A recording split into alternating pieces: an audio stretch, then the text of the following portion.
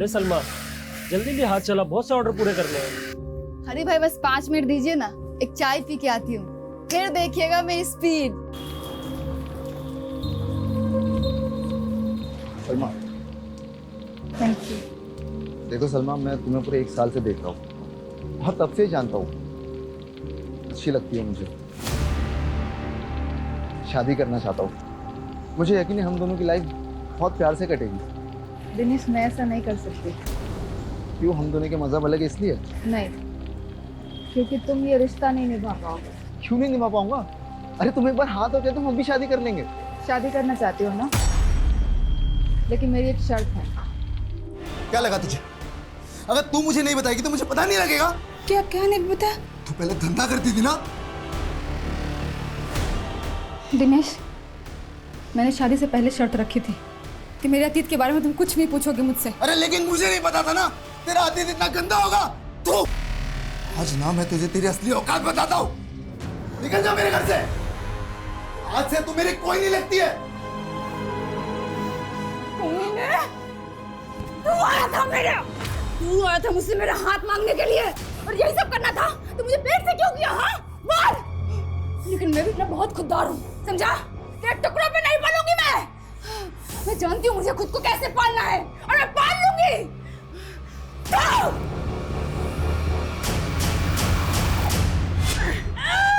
अरे कटरीना, तू इतने सालों बाद कैसी है तू? मेरे को ना इस धंधे में वापस आने का है। लेकिन तू तो सलमा बनकर टेलरिंग का काम कर रही थी ना? हाँ, सोचा था ये धंधा छोड़ दूंगी। एक कमीनी से ना शादी भी बना लिया था, लेकिन उसने भी मुझे लात मार दिया और पूरे मोहल्ले में ना बदनाम करके रख दिया मुझे। साला कोई काम देने को तैयार नहीं है मेरे को। अब पेट पालने के लिए जिस्म तो बेचना पड़ेगा ना। अरे तू तो पेट से दिख रही है रे, ऐसे में धंधा कैसे करेगी? हाँ तो गिरा दूंगी ना। और वैसे भी ये उस कमीने दिनेश की औलाद है, मुझे नहीं चाहिए। और मेरा पेट नहीं भरेगा तो ये तो ऐसे ही मर जाएगा। कटरीना, जल्दी दरवाजा खोल।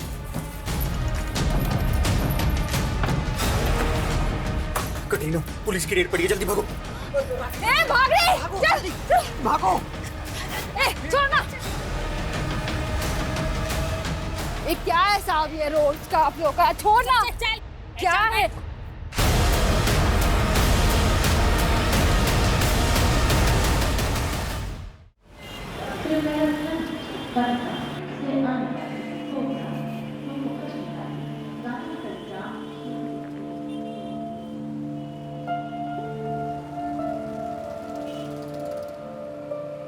ये लड़की कब से खड़ी है तू? कहाँ से आई है तू? पटना से आए हम। इतनी दूर से अकेले आ गई तू? तो यहाँ क्यों खड़ी है? जाना कहाँ है? बोरीवली, वहाँ हमारी बुआ रहती है, वो मैं लेने आई थी। बुआ अभी तक आई नहीं क्या तेरी? नहीं। नंबर है उनका? नहीं। इधर आ। पता मालूम है तुझे? अरे तो कैसी बुआ है तेरी? मालूम है कितनी रात हो गई है? ये जगह तेरे लिए सही नहीं है। मेरी खोली पास में ही है, चल आजा, खाना वाना खा लेना। लेकिन वो आ गई तो? वो जो सुबह से नहीं है, तुझे क्या लगता है इतनी रात को आएगी? तुझे चलना है तो चल, वरना तेरी मर्जी। अरे रुकिए, मैं भी आ रही हूँ। आप हमें सुबह में बोरीवली ले जाओगे ना? अरे तेरी बुआ का नंबर और पता तो है नहीं तेरे पास। तेरे घर वालों ने भेज कैसे दिया तुझे अकेले? चल मैं देखती हूँ कि तेरे लिए क्या कर सकती हूँ। आजा। तू कब आया बे? क्यों, अपने खुद के घर में आ नहीं सकता मैं? हाँ? और ये लड़की कौन है? तू जल्दी से भाग यहाँ से, वरना आदमी मेरा परेशान कर देगा तुझे। क्या भगा रही है उसे? छोड़ उसे। देखूंगा क्या करना चाहे सरा। नरक में चढ़ेगा साले, दरवाजा खोल।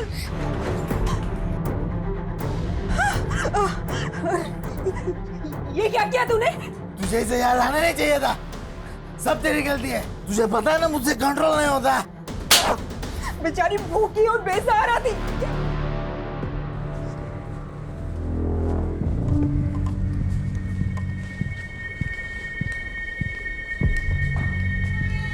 देखिए, घबराने की कोई जरूरत नहीं है। हम राजेश का एमआरआई कराएंगे और उसके बाद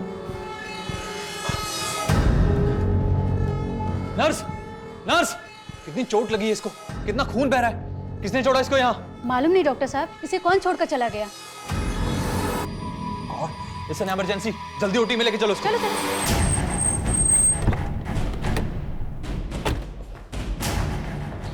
यस डॉक्टर। सर एक बच्ची को पता नहीं कौन इंजर्ड हालत में यहाँ पर छोड़कर चला गया है। मैंने उसका इलाज शुरू कर दिया है, पर बच्ची को इंजरीज काफी ज्यादा हैं सर। पता नहीं, मतलब कोई तो छोड़ के गया होगा। हमें सीसीटीवी फुटेज चेक करनी है। सर यही बच्ची थी वो। यहाँ तो सिर्फ ये बच्चा दिख रहा है, कोई गार्डियन तो नजर नहीं आ रहा। एक बच्चा एक छोटी बच्ची को जख्मी हालत में हॉस्पिटल छोड़कर चला गया। पता करो क्या इस बच्ची की कहीं कोई मिसिंग कंप्लेंट फाइल हुई है, और ये भी पता करो ये लड़का कौन है। Okay sir. और क्यों इस बच्ची को ये हॉस्पिटल में छोड़कर चला गया।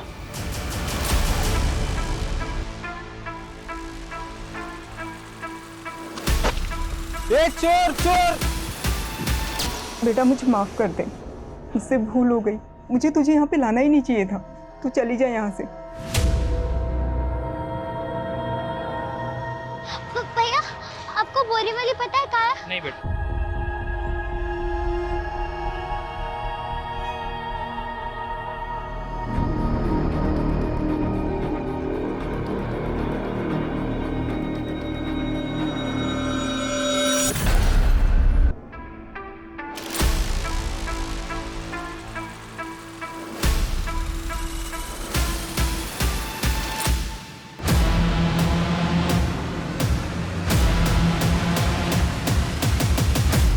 सर पहले हमें लगा था कि बच्ची पैरालाइज है, पर शायद ऐसा नहीं है। आप कहना क्या चाहते हैं? सर बच्ची सिवियर फिजिकल वायलेंस का शिकार हुई है। सर ये देखिए, दोनों एल्बोज और दोनों रिस्ट को कितनी बेरहमी से तोड़ दिया गया है सर। ये नी कैप्स भी। कौन होगा जिसने इस मासूम को इतनी बेरहमी से मारा?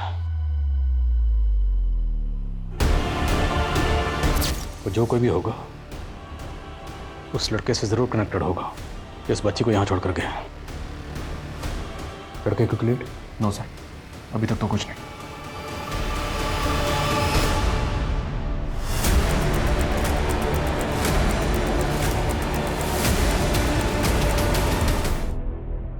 सर हमें बच्ची की कोई मिसिंग कंप्लेंट भी नहीं मिली है।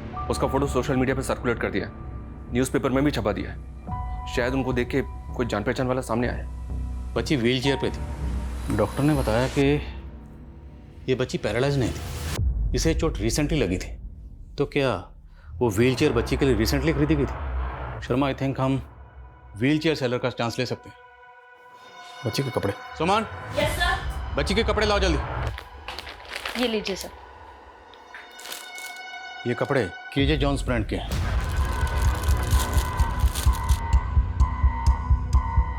इसमें बारकोड और सीरियल नंबर है। आई थिंक हम इससे पता लगा सकते हैं कि कपड़े कहाँ से खरीदेगा। Right right sir. इस ब्रांड के कपड़ों के जितने भी ट्रेड सेलर्स हैं सबसे कांटेक्ट करो। Okay sir.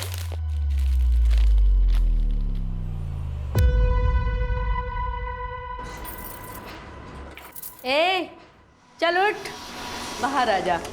हाँ उठ जा, आ जा।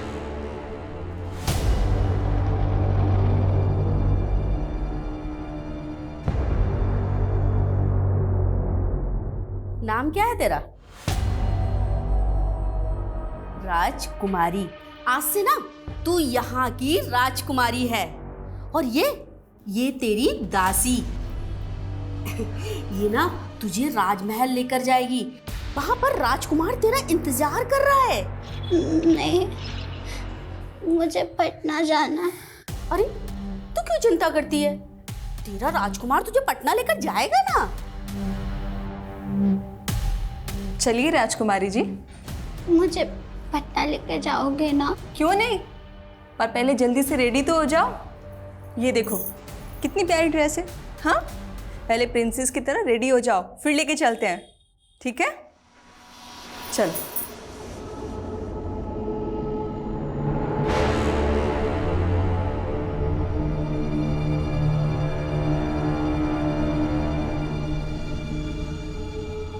चलो चलो जाओ।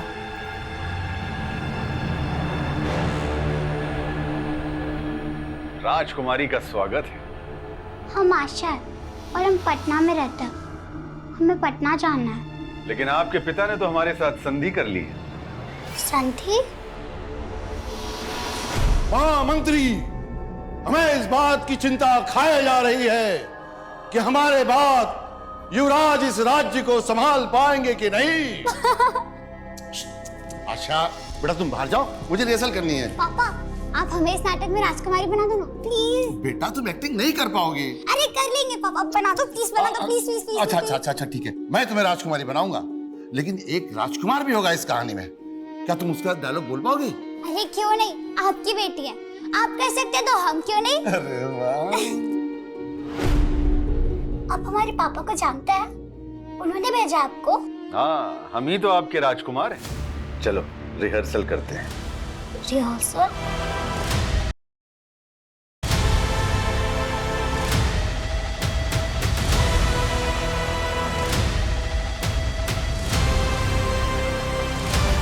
हाय राम, इसको तो मार डाला। सर, परागवाड़ी पुलिस ने कांटेक्ट किया हमें। जिस लड़के को हम ढूंढ रहे थे, उस लड़के की उन्हें परागवाड़ी में लाश मिली। इस लड़के कुछ और डिटेल्स पता चली? परागवाड़ी पुलिस का कहना है कि इसके बारे में उन्हें अभी तक कुछ पता नहीं चला है। वो इसके मर्डर की इन्वेस्टिगेशन कर रही है। सर, मैंने इस बच्ची की डिटेल्स परागवाड़ी पुलिस से शेयर कर दी है। एक छोटी बच्ची को बुरी तरह से टॉर्चर किया गया। इतना टॉर्चर तो उस बच्ची को हॉस्पिटल में एडमिट करना पड़ा, और जो बच्चा उसको हॉस्पिटल में छोड़ के गया, अब उसका मर्डर हो गया। आखिर चक्कर क्या है? हो सकता है सर दोनों भाई बहन हैं। दोनों बच्चों को अपनी जान का खतरा हो। लड़के ने लड़की को प्रोटेक्ट करने के लिए हॉस्पिटल में छोड़ दिया और उसके बाद उसका मर्डर हो गया। ये भी तो हो सकता है सर, इस बच्चे का किलर वही हो जिसने इस बच्चे को बुरी तरह से पीटा है। लेकिन सवाल ये है, अगर ये लड़का उस बच्ची को वाकई प्रोटेक्ट करने के इरादे से हॉस्पिटल में छोड़ के गया था, तो बच्ची को हॉस्पिटल में छोड़ने के बाद ये हमसे कांटेक्ट कर सकता था। इसने किया नहीं, ये वहाँ से भाग गए और अब इसका मर्डर हो गया। हाँ समझ सर, उस केजे जॉन ब्रांड के होलसेल ट्रेडर से मिली। बच्ची के कपड़े पे लेबल है, उसका सीरियल नंबर देख के उसने डिटेल लिए। सर, उस लॉट का कंसाइनमेंट अम्बे नगर के एक आउटलेट में गया था। अम्बे नगर, ठीक है। विवाह फड़के, कौन है विवाह फड़के, आप जानती हैं? सर इतना कहाँ याद रहता है, काफी लोग आते रहते हैं। ये कपड़े आज से 13 दिन पहले खरीदे गए, 3 मार्च को। हमें 3 मार्च की सीसीटीवी फुटेज देखनी।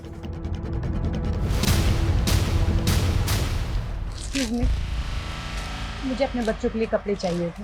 मेरे बेटी की उम्र 14 साल है और बेटी की 10 साल है, सो आप उनके हिसाब से कपड़े दिखा दीजिए। तो वो दोनों बच्चे इस औरत के हो सकते हैं? ये फुटेज हमें दीजिए। Okay sir.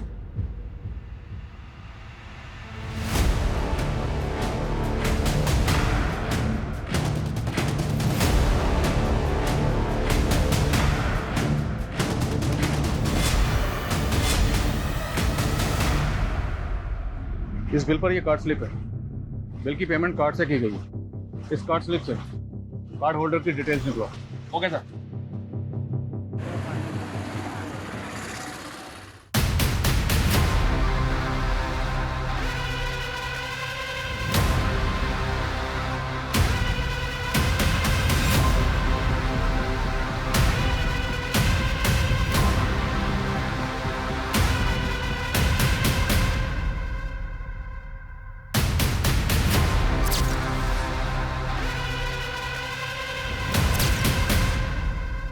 अरे अब बस भी करो।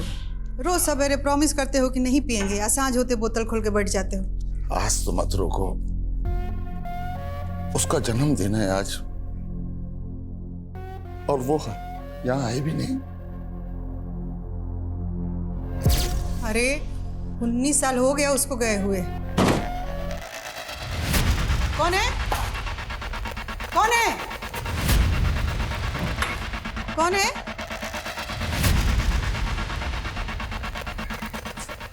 लगता है कुत्ता आया होगा। कुत्ता से बहुत बढ़ गया है।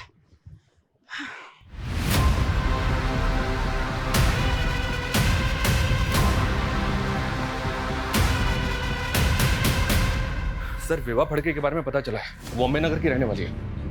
अम्बे नगर? तो मिलकर आते हैं। लेकिन सर, विवाह तो मर चुकी है। क्या? जी हाँ सर, अम्बे नगर पुलिस का कहना है कि विवाह ने 5 दिन पहले ही सुसाइड किया है। विवाह? जतिन फड़के विवाह का पति है सर। जिसने अंबेनगर पुलिस को कॉल करके बताया था कि उसको विभा की लाश मिली है। पीएम रिपोर्ट के मुताबिक विभा ने एक्सेस पॉइजन कंज्यूम किया था। हालांकि सुसाइड की कोई खास वजह पता नहीं चली है, लेकिन अंबेनगर पुलिस का कहना है कि उनको कोई साजिश भी नहीं लगी, इसलिए उन्होंने केस क्लोज कर दिया। सर मुझे यकीन नहीं हो रहा है, विभा इस तरह मुझे छोड़ के चली जाएगी। लेकिन आपकी वाइफ ने सुसाइड क्यों किया? मुझे खुद समझ में नहीं आ रहा। हम दोनों एक दूसरे के साथ बहुत खुश थे। सुसाइड के एक दिन पहले हमने हमारी 10वीं मैरिज एनिवर्सरी मनाई थी।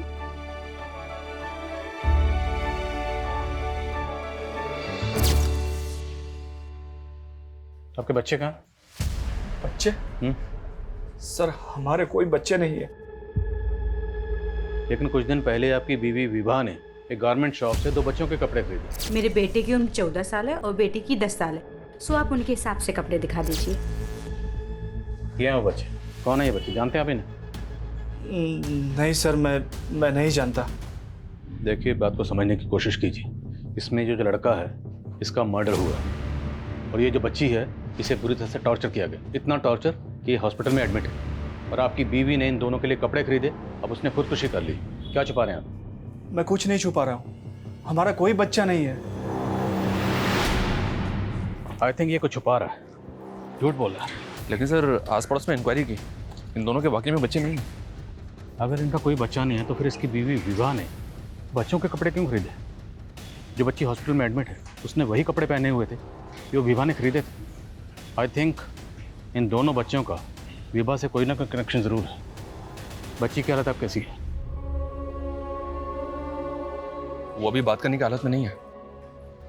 तो एक काम करते हैं, अंबेनगर पुलिस स्टेशन चलते हैं, उनसे बात करते हैं जो विभा सुसाइड केस को हैंडल कर रही है। Okay sir.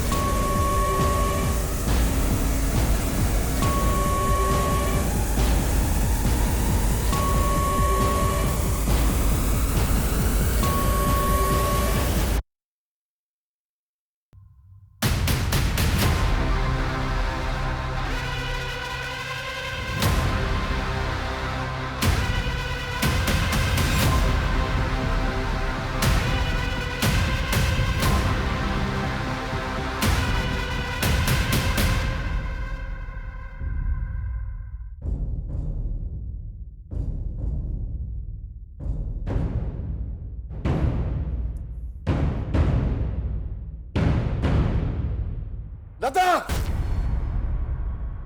बैठिए। Thank you. हम आपसे विभा सुसाइड केस के बारे में बात करना चाहते हैं। जी। आपको सुसाइड के बारे में कब पता चला? 5 दिन पहले विभा के पति के कॉल आने के बाद में हम शाम तकरीबन 4 बजे उनके घर पहुंच गए थे। वहां पर विभा का कोई सुसाइड नोट तो नहीं मिला, लेकिन हाँ हमने उसका मोबाइल और लैपटॉप कलेक्ट कर लिया था। क्या विभा किसी एनजीओ से भी जुड़ी हुई थी? क्योंकि उसने 2 छोटे बच्चों के कपड़े खरीदे थे, या फिर उसके रिश्तेदार के बच्चे हैं? ऐसा तो कुछ मालूम नहीं चला। देखिए, आपने भले इस केस को सुसाइड केस मानकर बंद कर दिया, पर हमें लगता है there is something more in this case. क्योंकि विभा ने जिन 2 छोटे बच्चों के लिए कपड़े खरीदे थे उनमें लड़के की लाश मिली है परागवाड़ी में, और वो जो लड़की थी वो बुरी तरह से जख्मी हालत में हॉस्पिटल में एडमिट है, और अब विभा ने सुसाइड कर लिया। तो आई थिंक विभा का इन दोनों बच्चों से कोई ना कोई कनेक्शन ज़रूर है, और ये भी मुमकिन है कि विभा की खुदकुशी के पीछे कोई ऐसा राज है जो सामने आना बाकी है। लेकिन विभा की मौत जहर खाने से ही हुई है। पर फिर भी हम इस केस को एक बार रीलुक करना चाहेंगे, इसलिए आप विभा केस फाइल और विभा से जुड़ी जितनी भी चीज़ें वो हमें हैंड ओवर कर दीजिए। ओके जी। साबले। जी सर। ये विभा केस से जुड़ी सारी डिटेल्स इनको दे दो, मोबाइल और लैपटॉप भी। Okay sir.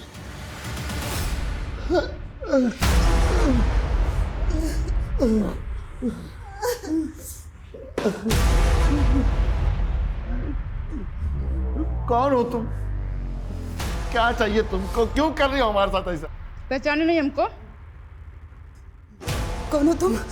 जो दीवार पे टांग के रखी हो ना फोटो, वही है हम। आशा। दिमाग खराब हो गया क्या तुम्हारा? आपकी बेटी है हम। आशा नहीं पहचान रहे आप? पकड़ाओ मत तुम हम लोग को। 19 साल हो गया है आशा को गायब हुए। अच्छा 19 साल पहले क्या था? क्या था 19 साल पहले? 2003। और अभी क्या है? 2022।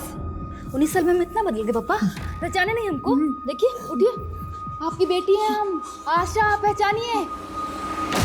सच मेरी आशा। आपकी आशा। आशा सच यही मत। देखो बहुरत के बात पे आप विश्वास कर रहे हैं बेटी के बारे में। सुनो, बंद करो तुम अपना नौटंकी। नौटंकी हम कर रहे हैं? हम कर रहे हैं? हाँ हम ही आशा हैं। सबूत का है तुम्हारे पास कि तुम आशा हो?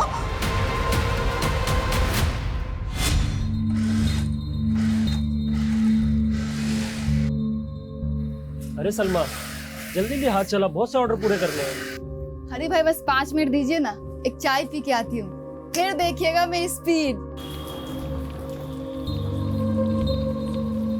Salma thank you. देखो सलमा, मैं तुम्हें पूरे 1 साल से देख रहा हूँ और तब से ही जानता हूँ, अच्छी लगती है मुझे, शादी करना चाहता हूँ। मुझे यकीन है हम दोनों की लाइफ बहुत प्यार से कटेगी। दिनेश मैं ऐसा नहीं कर सकती। क्यों, हम दोनों के मज़हब अलग है इसलिए? नहीं, क्योंकि तुम ये रिश्ता नहीं निभा पाओगे। क्यों नहीं निभा पाऊंगा? अरे तुम एक बार हाँ तो कह दो, हम भी शादी कर लेंगे। शादी करना चाहती हो ना, लेकिन मेरी एक शर्त है। कैसी शर्त? सबूत चाहिए तुमको? उसको छोड़ दे बेटा, छोड़ दे।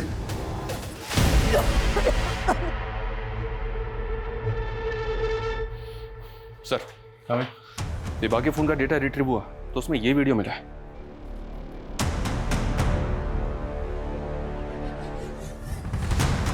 कौन है ये? अभिमन्यु, विभा और जतिन का नेबर और दोस्त भी। देख, सीधा सवाल पूछूंगा, सीधा जवाब देना। अगर उल्टा जवाब दिया तो फिर उल्टे तरीके से पूछेंगे। सर हम राजपूत हैं और राजपूत कभी झूठ नहीं बोलते हैं। अच्छी बात है। शर्मा,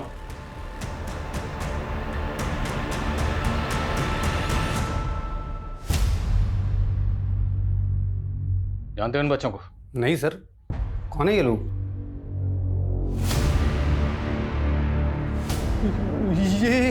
ये क्या हुआ? मुंह में दही जम गई? तूने विभा का ये वीडियो बनाया, तुम उसे ब्लैकमेल कर रहे थे, इसलिए तूने विभा को... अरे नहीं सर, ये सब झूठ है। हाँ ये सच है कि हमारा और विभा का अफेयर चल रहा था और ये वीडियो दिखाकर उसे कोई ब्लैकमेल कर रहा था। कौन है वो? पता नहीं, अभी तक तो कोई डिमांड नहीं रखी उसने। देखो उसको जितने भी पैसे चाहिए ना वो हम तुम्हें देंगे, लेकिन ये बात गलती से भी मेरी पत्नी को पता नहीं चलना चाहिए। उसके बाद हमने उससे 5 लाख रुपए दी जो ब्लैकमेलर ने मांगे थे। फिर हम उससे मिलना बंद कर दिए सर। कब की बात है? 1-1.5 महीने पहले की बात है सर। हम अक्सर होटल स्प्रिंग बेल जाया करते थे। ये वीडियो भी वहीं बना था सर। कहीं ऐसा तो नहीं कि विभा ने तुझे उल्लू बनाया, उसने तेरे साथ अफेयर किया, होटल में ले जाकर ये वीडियो बनाया और वो तुझे ब्लैकमेल कर रही थी, बार बार पैसे मांग रही थी, इसलिए तूने विभा... सर ये क्या बोल रहे हैं? ऐसा कुछ नहीं हुआ था सर। इस अभिमन्यु की बातों का भरोसा नहीं कर सकते। पता करो क्या इसका उन दोनों बच्चे से कोई कनेक्शन है, और तुम खुद होटल स्प्रिंग बेल जाओ। Okay sir. सर ऐसा भी तो हो सकता है कि विभा हनी ट्रैपिंग करती हो और जतिन इसके बारे में सब कुछ जानता हो। सर मुझे विभा के अफेयर के बारे में कुछ मालूम नहीं था। अभिमन्यु का कहना है कि कोई विभा को वीडियो दिखाकर ब्लैकमेल कर रहा था। कौन हो सकता है ब्लैकमेलर? सर मुझे विभा ने इस बारे में कुछ नहीं बताया। सर मुझे अभिमन्यु पर शक है, वो कुछ छुपा रहा है।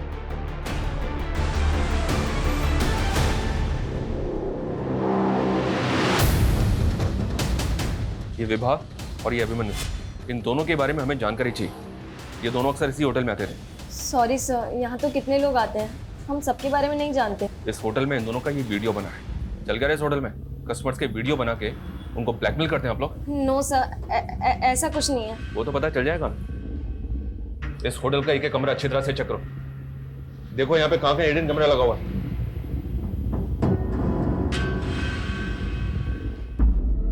बेटा देखो, तुम कह रही हो तो हम मान लेना बेटा। तो कि तुम हमारी आशा हो तो तुमने अपने पापा को बांधा क्यों बेटा? खोल दो ना हमको।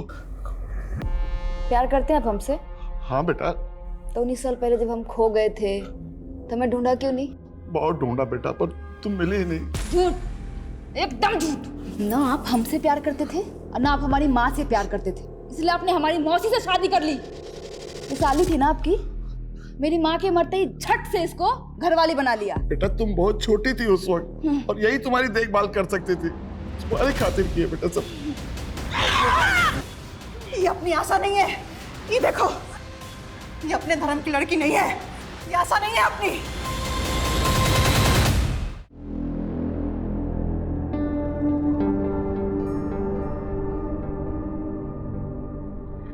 हाँ हरिश्चंद्र, आ गए आप? क्या लगा तुझे? अगर तू मुझे नहीं बताएगी तो मुझे पता नहीं लगेगा। क्या क्या नहीं पता? तू पहले धंधा करती थी ना। दिनेश, मैंने शादी से पहले शर्त रखी थी कि मेरे अतीत के बारे में तुम कुछ नहीं पूछोगे मुझसे। अरे लेकिन मुझे नहीं पता था ना तेरा अतीत इतना गंदा होगा। तू आज ना मैं तुझे तेरी असली औकात बताता हूँ। निकल जा मेरे घर से। आज से तू मेरी कोई नहीं लगती है। तू आया था मुझसे मेरा हाथ मांगने के लिए और यही सब करना था तो मुझे पेट से क्यों किया? हाँ बोल। लेकिन मैं भी इतना बहुत खुददार हूँ, समझा? तेरे टुकड़ों पे नहीं पलूंगी मैं जानती हूँ मुझे खुद को कैसे पालना है और मैं पाल लूंगी।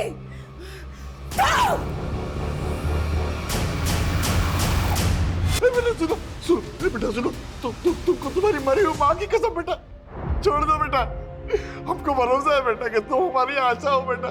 बेटा अपनी मौसी का कत्ल करके बेटा अपनी जिंदगी बर्बाद मत करो बेटा।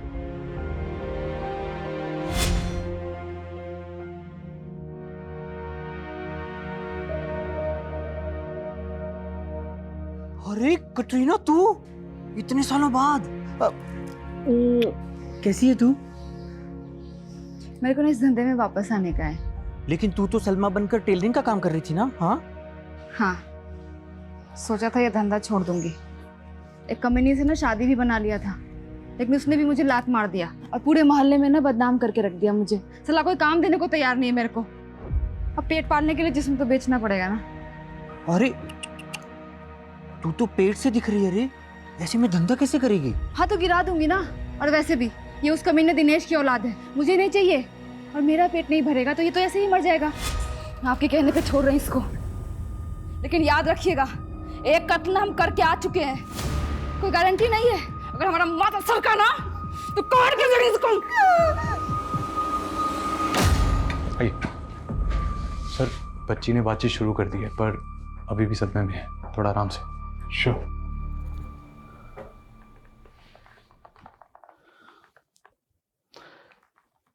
हेलो बेटा, कैसे हो आप? मेरा नाम आदिल खान है। आपका नाम क्या है?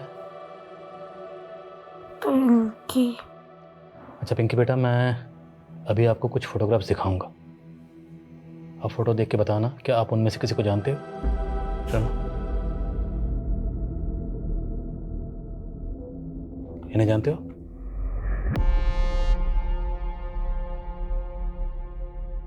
इसे?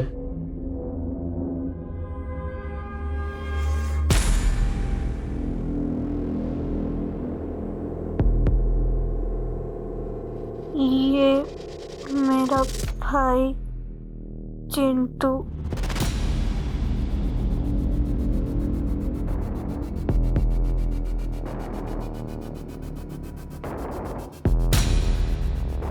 ये मेरी मम्मी है विभा।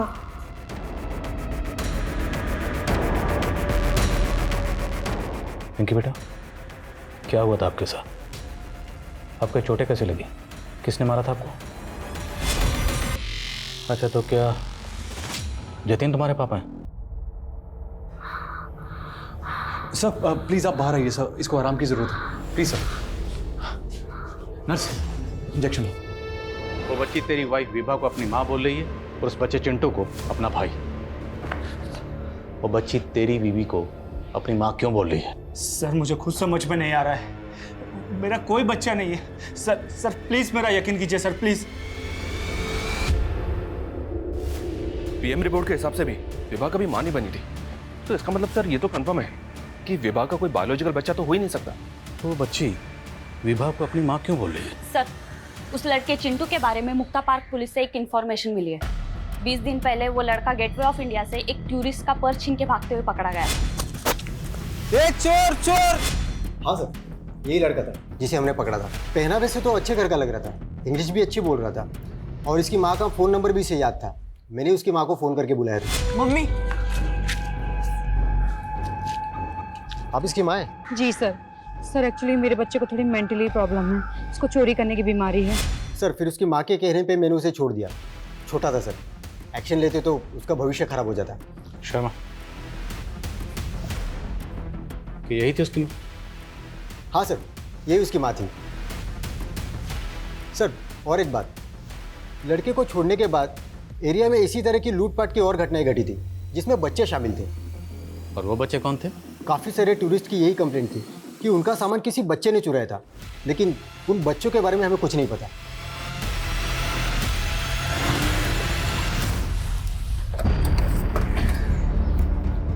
सर कहीं ये ऑर्गेनाइज क्राइम का केस तो नहीं? मुमकिन है शर्मा, क्योंकि इस तरह के बहुत से रैकेट्स हैं जो बच्चों से जुर्म करवाते हैं। जैसे वो दिल्ली में एक रैकेट था जो शादी में बच्चों से चोरी करवाता था। कहीं विभा भी इस तरह के किसी रैकेट से जुड़ी तो नहीं थी? हो सकता है उसने अभिमन्यु के साथ वो वीडियो खुद बनवाया हो ताकि अभिमन्यु को ब्लैकमेल कर सके। लेकिन सर विभा का पति जतिन, उसने अपना स्टेटमेंट बदला नहीं है, वो वहीं का वहीं है। हो सकता है वो सब कुछ जानता हो लेकिन फंसने के डर से चुप बैठा हो।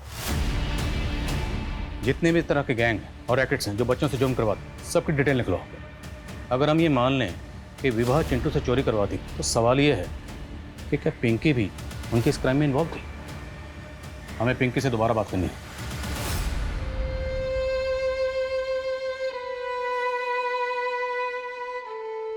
बेटा तुझे हक चाहिए ना, मेरी सारी जायदाद ले ले, मारना चाहती है तो मार भी दे, लेकिन ये कभी मत कहना कि मैं प्यार नहीं करता तुझसे। 19 साल तक आपके प्यार के लिए तरसे हम पापा। 19 साल का वो कर्ज तो उतार देंगे ना? हाँ बेटा, बता क्या करना। भागो रे भागो, पुलिस की रेड पड़ी, भागो रे भागो, पुलिस की रेड पड़ी, भागो भागो भागो। कसीना जल्दी दरवाजा खोल।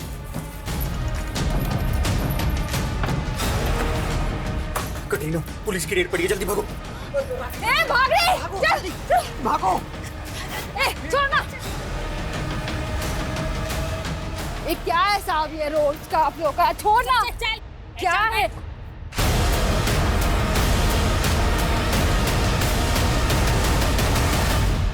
पिंकी बेटा सच बताओ, क्या यही आपकी मम्मी है?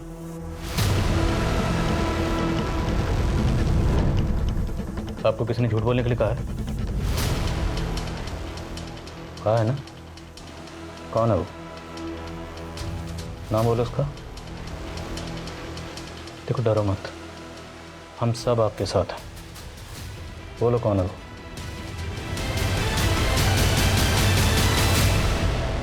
आई थिंक ये पिंकी पक्का कुछ छुपा रही है।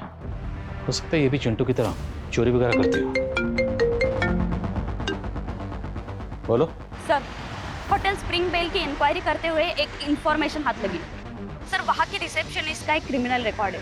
2 साल पहले लोकल ट्रेन में वो चेन स्नैचिंग करते हुए पकड़ी गई थी। सर, मजबूरी में करना पड़ा था, लेकिन उसके बाद मैंने ऐसा कुछ नहीं किया। अब मैं अपनी नौकरी पूरी मेहनत और ईमानदारी से करती हूँ।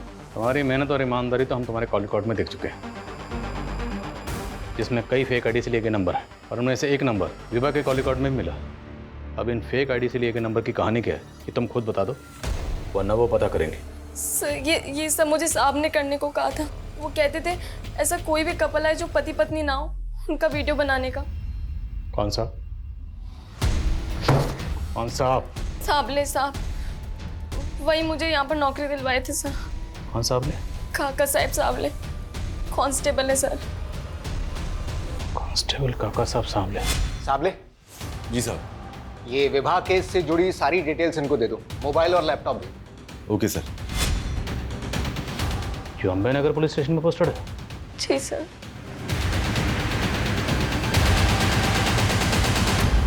अंकित जी, ये कांस्टेबल सावले कहाँ? साबले उसको लेकर तो हम लोग भी परेशान हैं। उसने कल से रिपोर्ट नहीं किया और उसका फोन भी बंद आ रहा है। फोन बंद है? जी। Excuse me sir. हेलो। क्या? ठीक है, हम आते हैं। सर, साबले का मर्डर हो गया।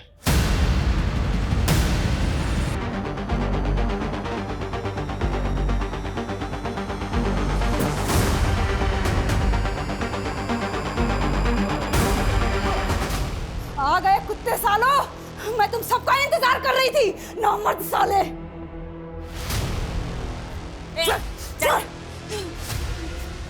छोड़ो मेरे को जाना है, मेरे को बहुत जरूरी काम है। छोड़ो मेरे को, मेरे पेटी छोड़ो मेरे को। छोड़ो इसे। कहाँ जाना तुझे? चुपचाप बैठ और जो पूछ रहे हैं उसका जवाब दे। कांस्टेबल सावले को क्यों मारा तूने? और जेब कतरों के रैकेट के बारे में क्या जानती है? विवाह फड़के और बच्चा जिसका मर्डर हुआ, चिंटू। सीधे सीधे जवाब दे। जवाब तुम लोग दो मेरे को। साबले क्यों मेरी जिंदगी बर्बाद किया? तुम सारे पुलिस वालों ने एक जैसे हो, एक जैसे। अपनी हद में रह। क्या हद में? हाँ, एड्स से मरने वाली है मैं। तुम सारे पापियों को ना मार के मरूंगी मैं।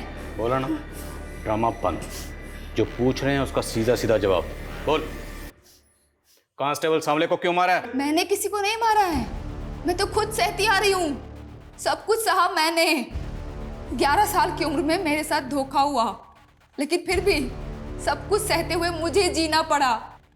हम जानते हैं ना कि तुम ना बहुत ही बहादुर लड़की हो। हम जो कहेंगे वो तुम समझ जाओगे। हाँ मौसी। देखो, तुम्हारी माँ को गुजरे 2 साल हो गया ना, और तुम्हारे पापा हमसे ये लिए शादी किए कि हम तुम्हारा देखभाल कर सके। बाकी देखो, फिर भी कितना उदास रहते हैं ना। हाँ, ऐसा क्यों मौसी? देखो बेटा, अगर तुम चाहती हो कि तुम्हारे पापा हमेशा खुश रहें, तो तुम ना कुछ दिन के लिए बम्बई चली जाओ अपनी फुआ के पास। तुम्हारे पापा को हम कुछ नहीं बताएंगे। जब तुम्हारे पापा तुम्हारी माँ का मौत भुला जाएंगे तो हम तुमको वापस बुला लेंगे। क्या हुआ बेटा? सब ठीक तो है ना? मुझे मेरी बुआ के यहाँ जाना है, बोरीवली। आपको पता है बोरीवली कहाँ है? हाँ पता है ना, चल। ले संभाल इसे, नई मुर्गी लाया हूँ तेरे लिए। इस मुर्गी का ध्यान रख, ये मेरा माल है, पहले मैं इसको खाएगा और जब भी मैं बोलूँगा मेरे राजमहल पे लेकर आएगी तू इसे। फिर 6 साल तक मुझे एक कोठी से दूसरे कोठी पे बेचा गया। धंधा करती थी मैं, लेकिन एक दिन हीरा की मदद से मैं भाग गई। अपना नाम बदला साहब, सिलाई करके एक नई जिंदगी शुरू करने की कोशिश की। शादी करना चाहता हूँ। जब मैं दिनेश के घर से निकली तो मेरे पेट में बच्चा था। मैंने सोचा कि बच्चे को गिरा के फिर से धंधा करने लगूंगी। मैंने अपना नसीब स्वीकार कर लिया था साहब, लेकिन मैं अपने बच्चे को मार ही नहीं पाई। मैंने पिंकी को जन्म दिया। वो बच्ची पिंकी तुम्हारी बेटी है? हाँ साहब, लेकिन पता नहीं क्यों वो बदनसीब इस मनहूस दुनिया में ठोकरें खाने के लिए आ गई। लेकिन साहब, उसको कोई तकलीफ ना हो ना। 10 साल तक मैं अपना जिस्म बेची उसको पाल रही थी साहब, लेकिन नहीं, 10 साल बाद वो साबले फिर से टकराया मुझसे। उस दिन साबले ने मुझे धंधे वालियों के साथ रेड में पकड़ा था। उसने मुझे रेड से तो बचा लिया साहब, लेकिन उसने मेरी जिंदगी पहले से भी ज्यादा नर्क बना दी। अरे वाह, बड़ी प्यारी बेटी है तेरी। हाँ, बिल्कुल तेरी तरह। चल चॉकलेट, चल जा बाहर जा। मैं तुझे आज तक नहीं भूला, तू आज भी मेरी राजकुमारी की तरह है। देखो साबले साहब, मुझसे ना दूर ही रहना। साबले ने मेरी बेटी को गायब कर दिया साहब। वो बहुत गलत धंधे करता था साहब। वो बच्चे चुराने वाला गैंग, उससे भी वो मोटी रकम लेता था साहब।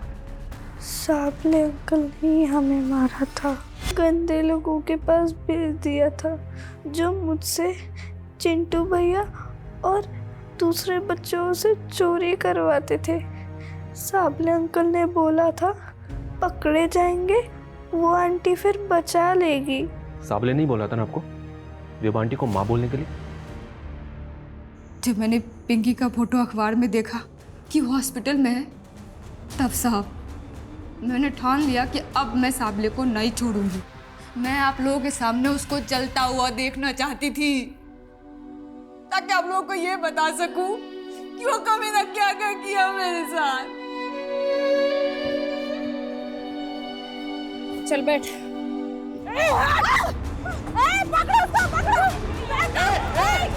पापा, हमारी एक बेटी है पिंकी, अब उसको अपना लेंगे ना पापा? बेटा बहुत प्यार देंगे उसको। सर, आशा ने पटना में सरेंडर किया है। बेटा, ये ना तुम्हारे नाना है, अब ना तुम्हें इन्हीं के साथ रहना है, ठीक है? नहीं, हाँ। नहीं मम्मा, नहीं नहीं।